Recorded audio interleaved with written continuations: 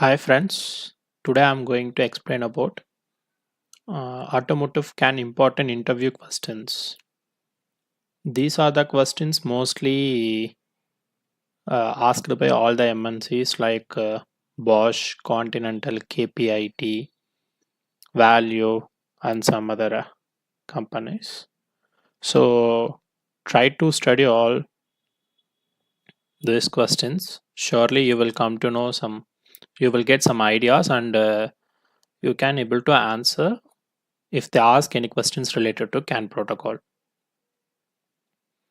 So first question is what is CAN and its uses? So at least you have to say 4 points related to CAN. CAN is a multi-master broadcast serial bus standard for connecting electronic control unit. Controller area network is a vehicle bus standard designed to allow microcontrollers a device to communicate with each other within a vehicle without a host computer. Then CAN is a message-based protocol designed specifically for automotive applications but now also used in other areas such as industrial automation and medical equipment. And the CAN bus is a serial asynchronous bus used in instrumentation application for industries such as automobiles. So the users also here more reliable and wiring less complicated, more economic, easy to implement changes and everything. It's easy. Then additional elements like control units are easy to integrate. Installation place exchangeable without electric problems. Wire may be diagnosed. So if they ask what is CAN, at least you have to give this kind of answers. Then only MNC will consider because they will expect more. Like Bosch, Continental and all, they will expect more and more. So next one is CAN frameworks. So start off frame is one dominant. So dominant first bit. Then arbitration 11-bit identifier have 1-bit RTR. Otherwise 29-bit identifier have first 11-bit, then one SRR, one IDE, then 18-bit, then one RTR.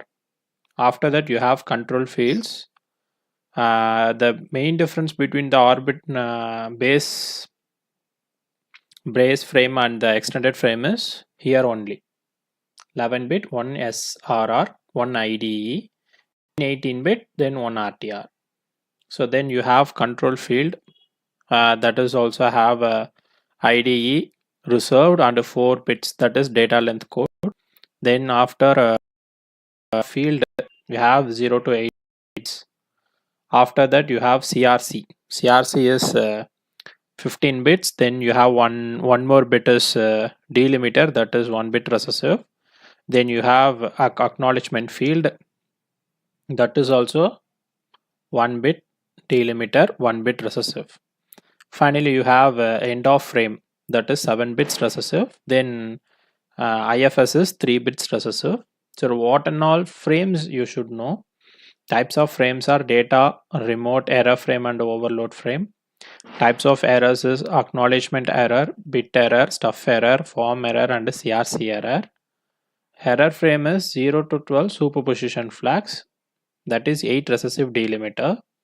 Then overload frame is also 0 to 12 superposition flags, that is 8 recessive delimiter.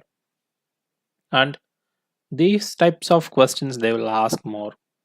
Like third one, can standard CAN and extended CAN coexist in a same network? Who will win arbitration if first arbitration field is the same? Okay, CAN frame format, the above question only arbitration field is an extended frame format. Only difference from the standard CAN means extended CAN architecture designed in such a way that standard and extended can coexist on a same network. In extended frame format, the IDE bit distinguish between the standard and the extended CAN because The main difference is IDE bit is dominant in standard frame and recessive for the extended frame.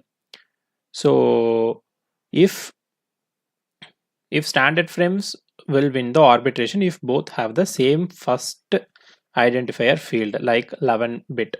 So if first identifier 11 bit all are dominant means, then finally the IDE bit is dominant in standard frame, but the IDE bit is recessive in extended frame.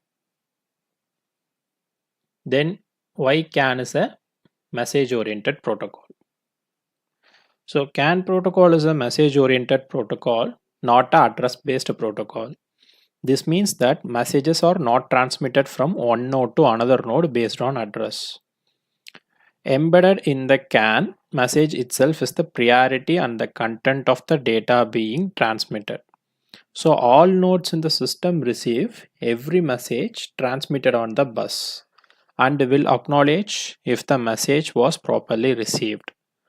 So it's up to each node the system in the system to decide whether the message received should be immediately discarded or kept to be processed. So once the message received by the node, it's based on that whether it should need or it should discard.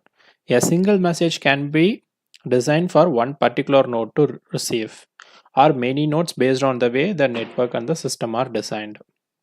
For example, an automotive airbag sensor can be connected via CAN to a safety system router node only.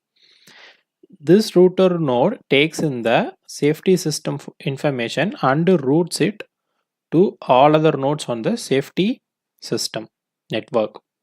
Then all the other nodes on the safety system network can receive the latest airbag sensor information from the router at the same time and acknowledge if the message was received properly and decide whether to utilize this information or discard it. So based on the message, the receiver will kept be processed or else discard. If the message is important or else if the messages need to the receiver means it will keep it, otherwise it will discard. Then how CAN will follow the arbitration? This is one of the important question. In most of the interviews, if they ask questions related to CAN, then this questions place comes very sure.